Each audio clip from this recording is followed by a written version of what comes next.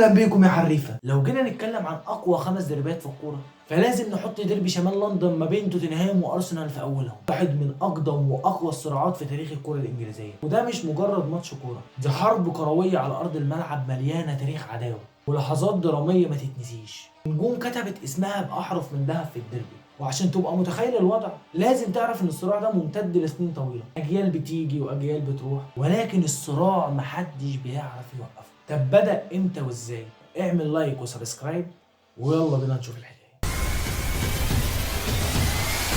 بداية الصراع ما بين أرسنال وتوتنهام كانت في سنة 1913 لما أرسنال يقرر ينقل ملعبه من جنوب لندن لشمالها. أرسنال في البداية كان موجود في هايبري جنوب لندن، ولكن بسبب مشاكل مالية قرروا ينقلوا لشمال لندن اللي موجود في مين؟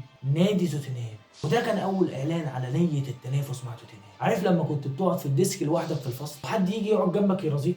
وده كان نفس احساس توتنهام، اللي هو انت ايه جاي ترازيني في منطقتي. ومن هنا بدات اول علامات العداوه ما بين الفريقين، ولكن الموضوع ما انتهاش لغايه كده. الاتحاد الانجليزي يقرر يشعللها اكتر. في موسم 1919 يقرر يصعد ارسنال للدوري الانجليزي الممتاز، رغم ان هم ما كانوش الاحق بالمكان ده، والحقيقه ان توتنهام كانوا هم الاحق بالصعود في الموسم ده، ولكن الاتحاد الانجليزي يختار ارسنال، وده كان سبب مباشر في زياده الصراع ما بينهم. بالنسبه لجمهور توتنهام مش بس ارسنال شاركهم في شمال لندن، لا وكمان اخذ منهم فرصه كانوا بيحلموا بيها، وهي الصعود للدوري الممتاز.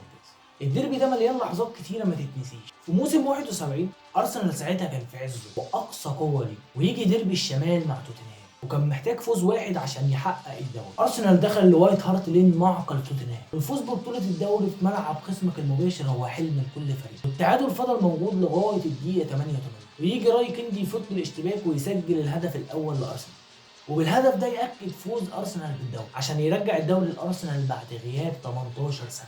ده غير موسم 2004 اللي ارسنال كان بيقدم فيه اداء تاريخي في الدوري الانجليزي تحت قياده ارسن فينجر والمهاجم الاسطوري تيري هنري. وارسنال كان على بعد 5 ماتشات عشان ينهي الدوري بدون اي هزيمه لغايه لما يقابل توتنهام في الديربي. طبعا انت مستنيني اقول لك ان ارسنال خسر وتوتنهام ضيع عليه الدوري الهزيمه وهي وبتاع، ولكن الحقيقه ان الماتش خلص تعادل 2-2. ده كان كافي ان ارسنال تحقق الدوري بدون اي هزيمه، وكل ده قدام عين غريمهم الابدي.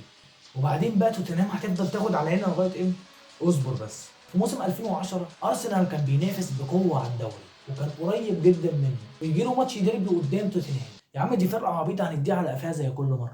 لا اصحى، توتنهام مش اللي تخسر 10 سنين ورا بعض. والديربي يبدا في الدقيقه 10 داني روز يشوط صاروخ من بره ال 18 ويسجل الاول لتوتنهام. ومع بدايه الشوط الثاني توتنهام ما يكتفيش بالهدف الاول، جاريث بيل يسجل الهدف الثاني.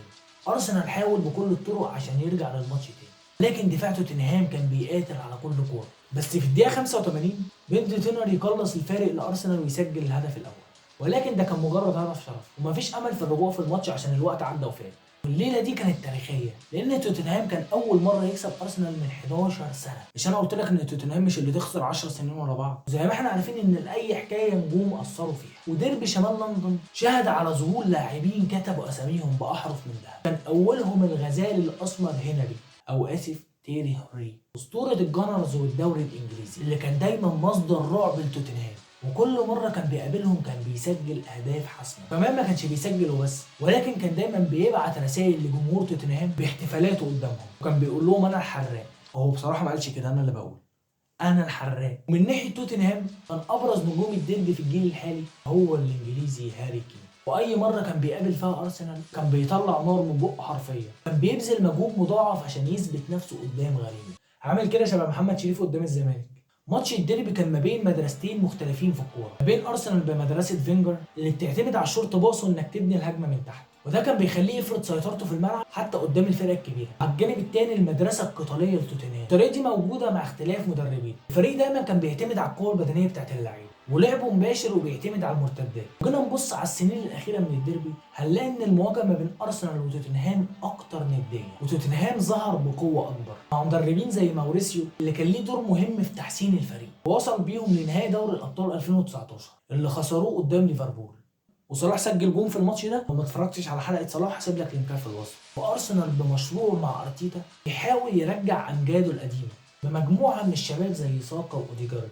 في النهايه ديربي شمال لندن مش مجرد ماتش كوره، ده جزء من هويه كل نادي وكرامه جماهيره. دي من الدربيات اللي لما بتخسرها بتخليك ما بتعرفش تطلع من البيت، بالذات لو مع جارك في شمال لندن. ودلوقتي سؤال ليكم انتوا، هل شمال لندن لا مؤاخذة حمراء ولا بيضاء؟ وسؤال تاني، مين هو الهداف التاريخي لديربي شمال لندن؟ وعلى فكرة من الناس اللي انا قلت اسمهم في الحلقة، خلي بالك الاسئلة دلوقتي ببلاش لكن في رمضان هتبقى بفلوس. وبس كده، لو عجبتك الحلقة اعمل لايك وسبسكرايب واستنى حلقات رمضان. كان معكم اخوكم مروان ميزة، وسلام يا حريفة.